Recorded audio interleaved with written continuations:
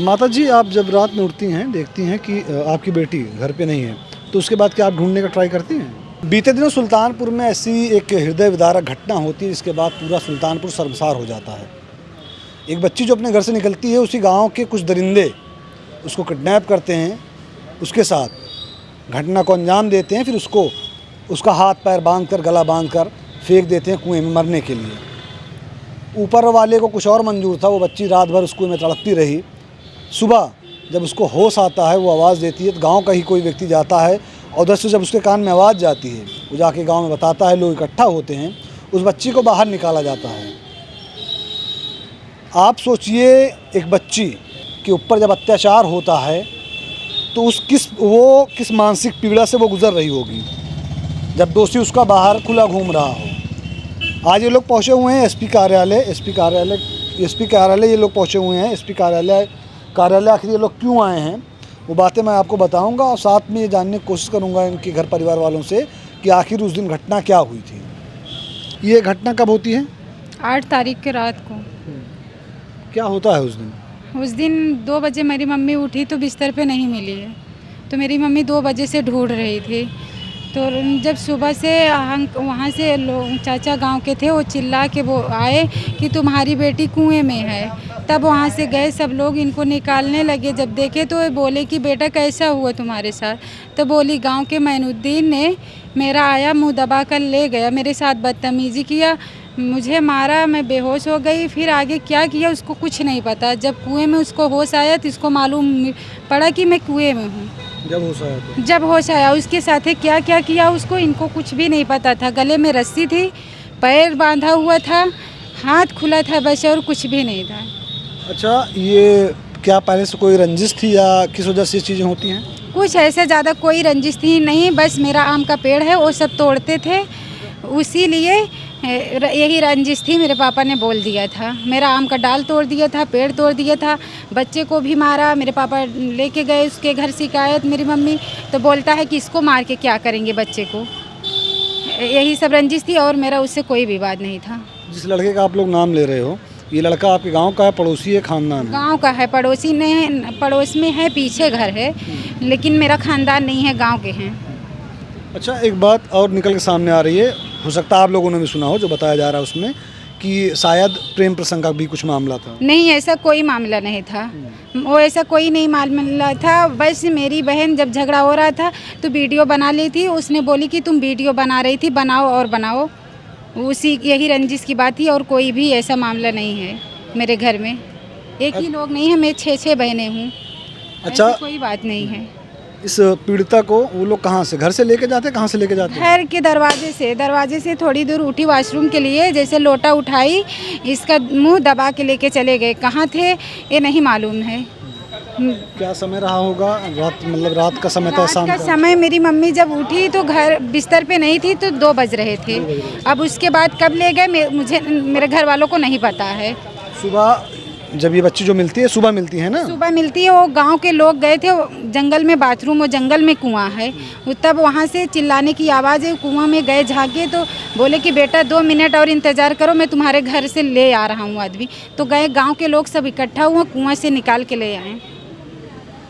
मतलब वहाँ पर इकट्ठा होते हैं लोग, बाहर निकाल के आते हैं। हाँ, बाहर निकाल के आते हैं। तुरंत से मेरी बहन बोलने लगी, मोइनुद्दीन मेरा मुंह दबा कर ले गए, 2 आदमी और था, मैं उसको पहचान नहीं पाई, गले में रस्सी लगी हुई है। अच्छा, जिसका नाम ले रही हो मोइनुद्दीन का, इसकी गिरफ्तारी हो गई है? हाँ, उसकी गिरफ्तारी हो गई है। अभी भी धमकियाँ मिलती जा रही है। मेरा एक भाई ये बाहर है, बोल रहा है कि उसका आए, मेरा तो एक ही बेटा गया है, उसका आए तो एक ही बेटा है, मैं ख़त्म कर दूंगा, उसके बाप का हाथ पैर काट के बहा दूंगा। कौन दे रहा है धमकी? उसका बाप दे रहा है, उसका चाचा दे रहा है। अभी 2 भाई मुंबई में है, बाप है मुंबई में। ये लोग दबंग किस्म के लोग? हाँ, दबंग किस्म के लोग हैं। धमकियाँ मिलती जा रही है अभी बराबर। माता जी, आप जब रात में उठती हैं, देखती हैं कि आपकी बेटी घर पे नहीं है, तो उसके बाद क्या आप ढूंढने का ट्राई करती हैं? नहीं, उठे तो एक खटिए पे नहीं रही, तो हम हर भर अपने घर पे हेरे, फिर सोचे कि जान आम के पास चली गई हूँ। तो एक बेटी हमारी रही, उसको लिया कि आम के पास गए, वहाँ नहीं पाए, फिर हर गए, यहाँ नहीं पाए। तो फिर मतलब आरी बगल अपने मतलब घर में आरी बगल में कुल हेर रहे थे कि हो सके कि जान कहीं बेहोश हो गई हो या कुछ काट लिए हुए, मतलब ये समझ के अपने आरी बगल हेर रहे हैं, जिस कुआं है वो उधर है, वो कोई हमारा जाने का मतलब नहीं हुआ, तो हम सब नहीं गए हेरे। जब यहाँ हेरे हेरत हेरत सुबह हो गया तो इनके पापा ने उठा तो बोले कि मैं जबीन खटिए पे नहीं है, कहीं बोले कहाँ गए, देखो घर में देखे नहीं है। तो उसमें से एक गांव के हैं, मुहर्रफ नाम है, वो गए थे सेवार में, तो ये मतलब वहीं में एक खजूर का डार काट के फेंका था, उसी पे बैठ कर वही ईंट पकड़ कर चिल्ला रही थी कि हमको कोई बचा लो, हमको कोई बचा लो। तो बोले कौन बोल रही हो? तो बोली मैं सलीम की लड़की बोल रही हूँ। चचा हम देखा नहीं रहे कहाँ है। वो कहें झाँकें तो कहें चचा हमारा जान बचाओ, हमारा जान बचाओ। तो कहें अच्छा रुको 2 मिनट और तुम्हारे पापा के लिए आके आएंगे। फिर आए, वो दूर से वो नहीं बोल पा रहे हैं, आवाज़ नहीं निकल रही है। फिर बोले कि तुम्हारी लड़की कुआं में गिरी है। तो हम सब दौड़त सब फिर गए। तो पड़ोसी के एक मतलब मेरे जेठ के लड़का था, ये सब कोई रस्सा लेके गया था, डाला तो रस्सा से निकाला तो ये बोले कि अम्मी मेरे गला देखो, मतलब कट गया है गला, मेरी गला देखो, जो गला देखो मम्मी, हमको बहुत मारा है, हमको तड़पा के मारा है, चाकू लिए है, वो चाकू दिखा रहा है कि इसी से तुमको काट देंगे। उसके बाद बांध के खूब कस के कहीं फिर हमारा आँखी बंद हुई है, गोड़ ओड़ जहाँ बताए गए देखे कुल रगड़े यहाँ, कुल मतलब पटके यहाँ, गला दबाई, आँखी मतलब उल्ट पलट के फिर लेके इनका कैसे गए कैसे नहीं गए।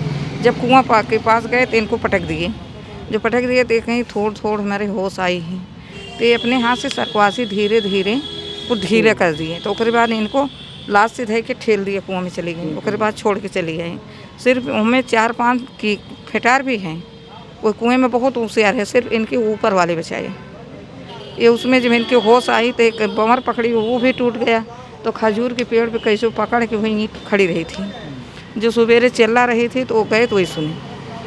अच्छा, जब आप रात में देखती हैं तो आप रात में बस ढूंढती हैं, ढूंढ के सो जाते हैं, किसी को बताते सोए नहीं? नहीं, सोए नहीं, ढूंढते सुबह हो गई। सिर्फ मतलब हमारी एक लड़की, हम थे, ये सब तो अपने घर थे, ये सब तो सुनी जिस दिन उस दिन आई। इनके पापा सबको रहे, इनके पापा को पता ही नहीं कि अब वहीं बिगड़ेंगे। उसके बाद उठे तो बोले इनसे कि नहीं है, तो वो फिर वही लगे हेरने लगे। वो घर आरी बगल कहीं देखो कहीं सो रही थी, तो कहीं मिली नहीं। तब भर में खबर आ गया कि कुआं के पास है। अभी आप लोग यहाँ पर आए हैं इसलिए क्योंकि आपको धमकियाँ मिल रही हैं? धमकियाँ मिल रही है, बराबर धमकियाँ मिलती जा रही है, धमकियाँ बराबर मिलती जा रही है। अभी भी बोल रहे हैं कि इनके बाप को मार डालूंगा, इसका भाई भी मार डालूंगा। अच्छा, एक धमकी दे रहे हैं, मुंबई से धमकी दे रहे हैं, खबर मिल रहा है बराबर। अच्छा, एक तो गिरफ्तार हो गया है, बाकी जो दो थे उनकी गिरफ्तारी नहीं हुई ना, उनके लिए भी कुछ पुलिस की तरफ से कोई कार्रवाई की जा रही है? पुलिस कुछ भी नहीं जा रही है दरवाजे पे, उसको पहचान नहीं पा रही हैं, ये बता नहीं पाई हैं, लेकिन कोई पकड़ा नहीं जा रहा है, ना कोई आगे प्रेशर पड़ रहा है उनके ऊपर, कुछ भी कार्रवाई नहीं की जा रही है। तब हम यहाँ पर आए हैं, एसपी ऑफिस में। हाँ, तब यहाँ पर आए हैं एसपी ऑफिस में। वहाँ से कार्रवाई कोई भी नहीं की जा रही है। ऊपर जाते हैं तो ऊपर से कर्मचारियों ने डांटते हैं, क्या नहीं सुना जा रहा है, क्या नहीं हो रहा है। तो मैं बोली कि क्या होता है, क्या हो रहा है। उसको, मेरे बहन को देखो, इतना ज़्यादा चोट लगी है, गंभीर है, अगर कुछ ना कुछ हो जाएगा तो क्या मैं पाऊँगी। आप यहाँ से कोई मेरा सहायता नहीं करते हैं, बोलते हैं जाओ हो जाएगा। कह रहे हैं, क्या कह रहे हैं? कहें वो मार के लेके कुआं के पास डाल के वो फंसा रहे हैं। अपने बेटी को कोई मारेगा? बोला ये? मतलब वही सब बोल रहे हैं उसके घर के कर्मचारियों ने बोला है, मुझसे बोला है, पुलिस वालों ने? हाँ, पुलिस वालों ने बोला है मुझसे जाके कि मैंने सुना तो तुम्हारा बाप अपने बेटी को मार के फंसाना चाहता था। तो मैं जवाब दी, मैं बोली कि आपके भी बहन बेटी होगी, आप ऐसे किसी भी इसी दुश्मनी होगी, चाहे जो होगी रंजिश, आप अपने बेटी बहन को ऐसे मार के केस लगाएंगे? अगर नाम पता है आपको? नाम नहीं, वो सादे वर्दी में थे, मैं जब गई थी वहाँ थाने पे। अच्छा, घटना होती है, ये क्रूरता की हदें पार की जाती है, उसके बाद इनका मेडिकल हुआ था? हाँ, मेडिकल हुआ है, मेडिकल 3 दिन दौड़ाए हैं तब मेडिकल हुआ है। लम्हुआ गए, लम्हुआ से कादीपुर में नहीं हुआ, तब मोतियागरपुर में गए तो वहाँ पर मेडिकल हुआ है। उसमें क्या निकला, कुछ बताया गया? उसमें कुछ भी नहीं बताया गया था। वहाँ से कागज़ दिया गया है, मुझे वो भी नहीं बताया गया। मैं जब थाने पे मांगने गई तो बोल रही है कि क्या कौन कागज़, तुम्हें कुछ नहीं मिलेगा। तब मैं निकल के चली आ रही थी, तब दौड़े वहाँ से कर्मचारियों ने आया तो बोला कि रिफ़र किया गया है। मेरे को वो भी नॉलेज नहीं थी। मैं बोली कि क्यों बताई नहीं, उल्टा वहाँ के लोग मुझे डांट रहे हैं, कहाँ नहीं बताया, तुम सब आया नहीं।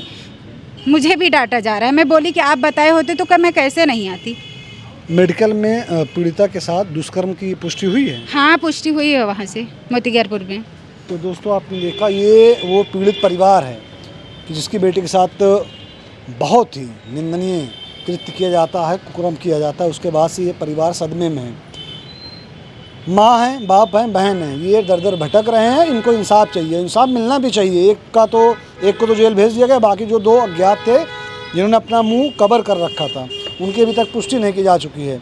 और उसके बाद बयान ये आता है कि इनका उस लड़के के साथ प्रेम प्रसंग था। अगर ऐसा था तो घर वालों का ये कहना है कि इन्हें प्रूफ दीजिए, CDR निकलवाइए, वहाँ से पता चलेगा, या कैसे भी इनको प्रूफ दीजिए, क्योंकि ये लोग इन सारी बातों से साफ तौर पे मना कर रहे हैं ना कि ऐसा कुछ था। प्रेम प्रसंग के मामले से आप लोग इनकार कर रहे हैं टोटली ना कि ऐसा कुछ नहीं था? नहीं, कुछ नहीं था। क्या ऐसा कुछ था? नहीं, ऐसा कुछ भी नहीं था। ये लोग साफ तौर पे मना कर रहे हैं। बहरहाल देखते हैं अब इसमें हमारी यहाँ की, क्योंकि ये लोग आए थे SP साहब से मिलने के लिए, इनको लेडीज सिंघम कहा जाता है, SP चारू निगम जी, इसमें किस तरह से रवैया अपनाती है, किस तरह से एक्शन लेती है। उसके साथ साथ देखना यह होगा कि क्या इस बच्ची को इंसाफ मिलेगा कि ये भी केस फाइलों में दबकर रह जाएगा, कलम से लिखा जाएगा कि डेट पे डेट पड़ती रहेगी और ये फाइलों में दबकर रह जाएगा। इस वीडियो को जितना ज़्यादा हो सकेगा उतना ज़्यादा शेयर कीजिएगा। इस वीडियो को जो कैमरा में कैप्चर कर रहे हैं उनका नाम रिजान है। आपकी जो प्रतिक्रिया होगी कमेंट करके जरूर बताइएगा। मेरा नाम मोहसिन खान है। जय हिंद।